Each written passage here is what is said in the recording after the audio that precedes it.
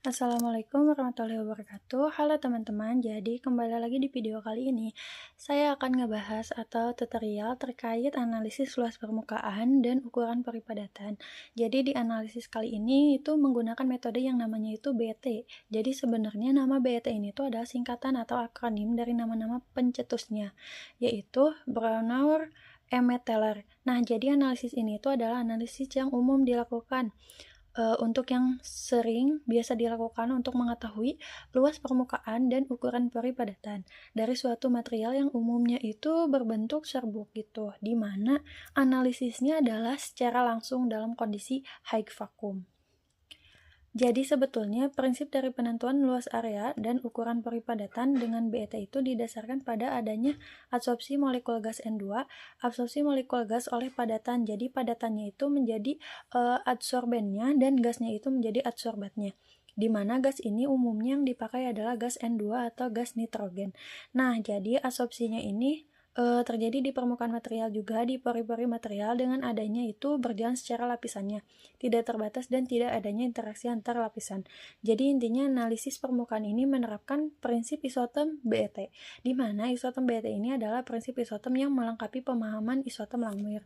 Di mana kalau Langmuir kan diasumsikan bahwa adsorpsi itu terjadi secara monolayer atau satu lapisan, tetapi di BET dilengkapi di mana ada kemungkinan terjadi multilapisan atau multilayer pada proses adsorpsi. Nah, jadi sehingga nih di BET ini tuh diasumsikan bahwa gas-gas nitrogen itu terabsorpsi oleh seluruh permukaan material dan terjadinya secara multilapisan seperti ilustrasi di sini. Nah, ini kan kalau monolayer tuh di sini ya, cuma di sini. Nah, tapi terjadi juga nih si gas nitrogennya itu bisa mengabsorpsi lagi gas-gas yang lainnya sehingga menjadi multilayer gitu. Nah,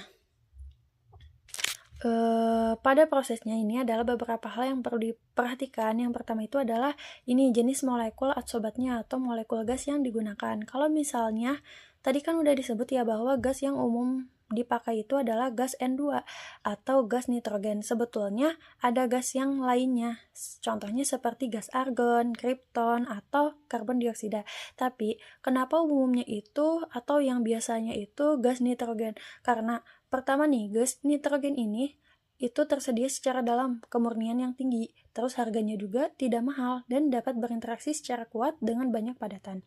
Ini nih yang paling penting, gas nitrogen itu dapat berinteraksi secara kuat dengan banyak padatan. Nah, kenapa ini adalah salah satu alasan kenapa gas nitrogen yang banyak digunakan karena sifat yang tadi bisa berinteraksi secara kuat dengan banyak padatan ini. Oke. Itu bisa mengefektifkan proses adsorpsi dan menghindari adanya kesalahan dalam pengukurannya. Nah, terus yang kedua itu perlu diperhatikan adalah suhu. Kenapa? Karena dalam proses adsorpsi, suhu itu bisa mempengaruhi. Jadi, ketika suhu itu meningkat, interaksi antar molekul adsorbat dengan adsorben itu dengan situs aktif pada padatan itu bisa melemah, sehingga nantinya banyak molekul gas yang tidak terabsorpsi. Nah, ini tuh nanti dapat menyebabkan tidak terjadinya semua permukaan material mengabsorpsi gas nitrogen. Nah, nanti ini bisa menimbulkan kesalahan atau galat gitu pada penentuan luas permukaannya. Nah, untuk mengatasi hal ini untuk mengefektifkan juga, jadi permukaan material ini tuh yang mau ditentukan harus didinginkan terlebih dahulu. Kenapa harus didinginkan? Karena tadi sesuai prinsip yang tadi, ketika suhu meningkat, interaksi antar molekul adsorbat dengan situs aktif atau dengan permukaan adsorbennya itu akan melemah. Nah, sebaliknya, ketika suhu diturunkan, maka interaksi yang akan meningkat gitu. Nanti, jadi lebih banyak gas nitrogen yang bisa diabsorpsi. Ini nanti akan bisa mengefektifkan penentuan luas permukaan material dengan metode ini.